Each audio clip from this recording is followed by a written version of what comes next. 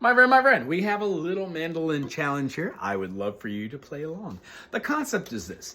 A lot of people play their G major chord like this, which there ain't nothing wrong with that because it leads us to be able to play this note right here as being the other G note. And then our pinky out here being able to play the D note right on. So this is a huge chord. You don't need that finger and you don't need that finger either. However, when playing just a G major like this, what I find is in almost every chord progression, it is much easier to play our G major with a secondary fingering, as it will help us get to the G7 a lot quicker. We have our finger already ready for the G minor. And then as far as our sus notes, we would just lay down a finger or remove a finger. Therefore, playing a G major with the second fingering, our middle finger and our ring finger, it makes a lot more sense.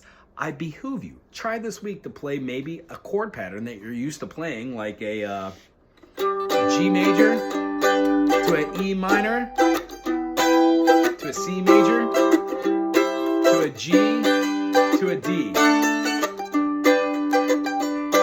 minor, here comes our C major, G major to a D. Now try not using first fingering. Try using the second finger. It's going to be weird because your bar chord is going to land with your second finger. Third finger is going to play that high E string at the third fret, and your pinky, believe it or not, is going to wrap around for that G at the fourth, giving the same E minor, but now you're going to be doing it with a different finger. Remember, don't let your finger go up the fretboard like this. Keep it stationary in the middle, and you'll find that it will float with you. Don't squeeze too hard and get a little bit more comfortable at playing your chords in different fingerings, and I guarantee you will help with transitions that you're looking for.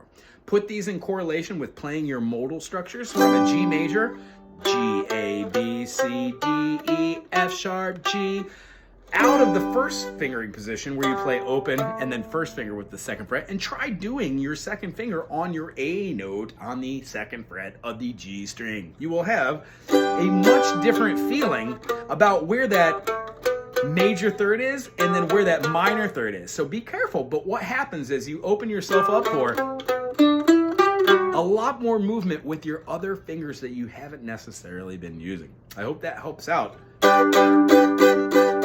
You can play almost any of these with a multitude of different fingerings. Finding those fingerings and utilizing them, heck, even tying one finger behind your back, so to say, and then trying that will help you in the long run.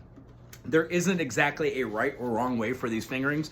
There is just a multitude of how you do fingers in the wrong way over and over again. If you only played with your 1 and your 4 finger and never played with your 2 and 3 finger, you'd see how that'd be problematic, right? So why not start enforcing concepts that when we're learning more theory, like in the key of G major and we play a C major scale over it, the only note that does not work is that F natural. However, if we play a C Lydian, C, D, E, F sharp, that F sharp fits in G major quite nicely. So what we do in further theory exercises, we try and utilize the relative major and minor of each key. So in the key of G, we can be using the E minor, and all the notes that are in there are the same in G. G, A, B, C, D, E, F sharp, G. So when we start at E, we get E, F sharp, G, A, B, C, D, E. Thusly, the same scale just starts in a different interval or scale degree. So work on those this week. Come back with a comment or something. And if you have a question which relates to this, I would love to help you. Thank you. Thank you. Aloha, aloha.